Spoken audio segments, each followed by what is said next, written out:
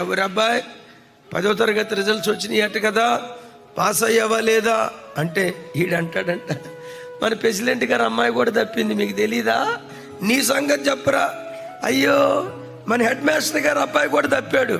Head master గారు అబ్బాయి కాదురా, నీ సంగతి ఏంటో చెప్పరా అంటే అంటాడంట, వాళ్ళందరినీ ఒంటరిగా వదిలిపెట్టడం ఎందుకని, నేను కూడా తప్పాను అన్నాడంట. అంటే చూడండి వాడి వాటమిని కూడా ఎంత అందంగా చెప్తున్నాడో. ఇది ఎవరో కాదు చెల్లి, నీ బ్రతుకందులో దాగి ఉంది. కాపరిగా ఉన్న నేను మీ పొరపాట్లు చెప్పగలుగుతా గానీ నా పొరపాట్లు తెలుసుకోలేను. ఒక భర్తగా నీవు నీ భార్య పొరపాట్లు చెప్పగలుగుతావు గానీ నీ పొరపాట్లు తెలుసుకోలేవు.